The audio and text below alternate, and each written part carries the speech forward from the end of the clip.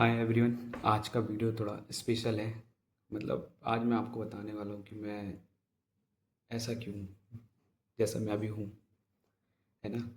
तो शुरू करते हैं कि मैं नवोदय कैसे आया, है ना। मैं नवोदय अपनी मम्मी की वजह से आया। मतलब जब हम लोग तीनों भाई बहन छोटे थे ना, तो उन्होंने एक ड्रीम था उनका कि मैं अपने तीनों बच्चों को अच्छा एजुकेशन दूँ, जिससे वो अपनी लाइफ में कुछ कर सकें। तो उन्होंने मेरे को फिफ्थ क्लास में बताया था कि तेरे को नवोदय जाना है।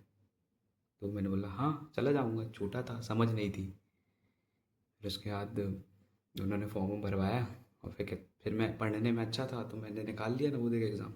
तो उस समय छोटा था, उतना नॉलेज नहीं था, नवोदय के बारे में नहीं पता था, नवोदय की दुनिया के बारे में नहीं पता था। तो फिर उसके बाद ये हुआ कि मैं नवोदय पहुँचा।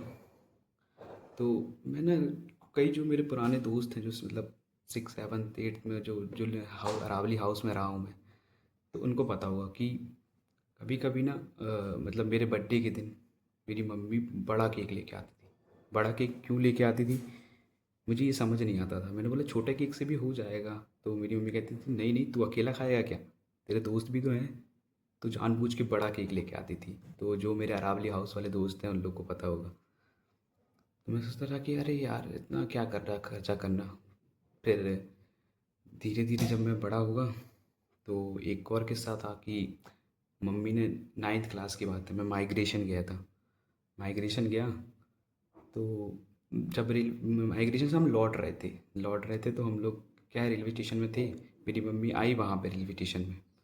तो मैं मम्मी को देख रहा हूँ, कहाँ है भाई, मेरा बैग पकड़ा हो, मैं छोटा सा हूँ, है ना। हमको वो चढ़ना पड़ता था, वो पकड़ के हमने सीढ़ियाँ यहाँ से लेके वो सब।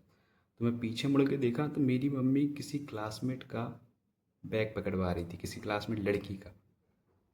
तो मैंने उस समय कुछ नहीं बोला। मैं घर आके पूछा उनसे कि मम्मी आपने ऐसा क्यों किया, आप मेरा पकड़ सकते थे, मैं सबसे छोटा था। तो मेरी मम्मी ने कहा कि तू ना अकेले करेगा जो करना है तुझे लाइफ में, है ना। मैं सिर्फ तुझे बस रास्ता बताऊंगी, तेरे को अकेले करना है ना।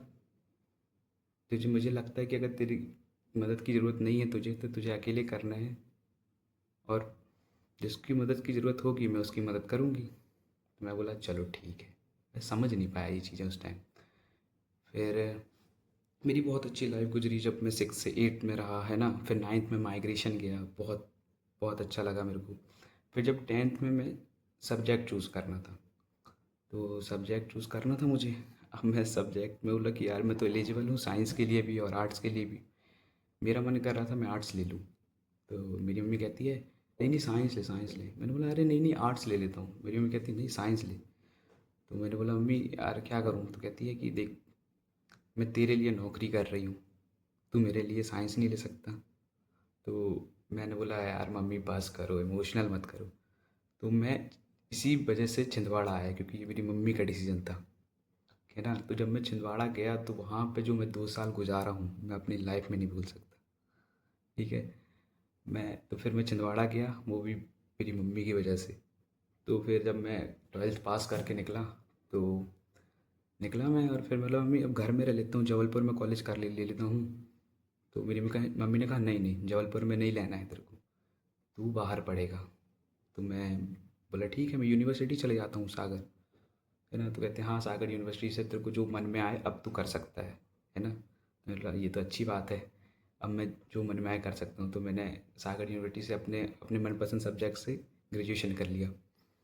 तो जब मैं इतने साल बाहर रहा तो मेरे को लगता था यार अब मम्मी के पास भी रहने का समय हो गया है, क्योंकि वो अगर बोलेंगी नहीं तो अपन को ऐसा थोड़ी ना कि अपन को सोचना नहीं है। तो मैं फिर उसके बाद 2 साल जबलपुर में रहा, है ना। 2 साल जबलपुर में रहने के बाद मुझे मैं उनसे बहुत सारी बातें करता था, मतलब मेरी मम्मी से मैं बहुत कन्वर्सेशन करता था। तो मेरे को ये चीज़ समझ में आ गई थी कि यार कि मम्मी के मेरे ड्रीम बहुत है, उनके पास ड्रीम बहुत है। मैंने एक बार स्टोरी में डाला था कि उनसे बात करो तो ऐसा लगता है कि यार एक ऐसी लड़की है जिसकी ड्रीम बहुत है ना। तो और एक ऐसा किस्सा है जो मैं आपको बताता हूँ कि लॉकडाउन से पहले का है कि 2018 में या ऐसे ही कुछ में उनके पास ना एक मौका आया था एरोप्लेन में बैठने का। तो उन्होंने बोला कि बेटा मैं चले जाऊँ। तो तो मैंने कहा हाँ मम्मी चले जाओ, अब आप नहीं जाओगे कौन जाएगा, अभी आप पैसे भी कमा रहे हो, अपने लिए भी कुछ करो। तो फिर वो बोलती हैं 10,000 रुपये की टिकट है। 10,000 रुपये मायने रखते थे उस टाइम पे। तो मम्मी ने कहा 10,000 की टिकट है, चली जाऊँ? मैंने बोला हाँ चले जाओ, है ना। तो फिर वो गई एयरप्लेन में बैठ के वेस्ट बंगाल से। तो फिर उन्होंने गंगा सागर जो समुद्र किनारे एक जगह है वहाँ गई, फिर उड़ीसा गई, कोणार्क मंदिर, है ना। वो सब वो घूम के आई और मेरे को आके बता रही है कि बेटा मैं विदेश घूम के आ गई हूँ, तूने तो समुद्र देखा नहीं होगा कभी। मैंने बोला हाँ मम्मी नहीं देखा है मैंने, है ना। तो ये सब चीज़ें जब मैं अभी सोचता हूँ तो लगता है कि यार मतलब एक ऐसा इंसान जिन्होंने अपने सपने पूरे किए, अपनों के सपने पूरे किए, है ना। तो यही इंसान रियल इंडिपेंडेंट वूमेन है। अगर रियल इंडिपेंडेंट वूमेन की जो डेफिनेशन है मैंने अपनी मम्मी को देख के सीखी है ना।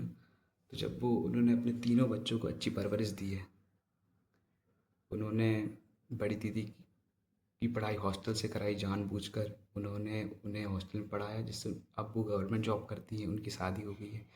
सेकेंड दीदी कुकिंग में बहुत अच्छी है, इसलिए जब वो क्लाउड किचन चला रही है वो केक बहुत अच्छा बनाती है। मैंने कई बार स्टोरी में डाला होगा, आप लोगों ने देखा होगा। और मैं हूँ, चलो मैं कुछ कर ही रहा हूँ, चलो बिगड़ा हुआ लड़का तो बिल्कुल भी नहीं हूँ, ठीक है। तो मैं बस ये कहूँगा कि थैंक यू हमारी परवरिश इतनी अच्छी करने के लिए, और हैप्पी बर्थडे, ये मेरी तरफ से आपका लिए छोटा सा गिफ्ट। और मैं ये कहूँगा आपसे कि आप हमेशा कहते थे कि आप तू मेरे विश नहीं करता है, तू मेरी स्टोरी नहीं लगाता है, तो मैंने तो आज पूरा वीडियो ही बना दिया आपके लिए, है ना? तो बस ये बस आपके लिए है। Thank you.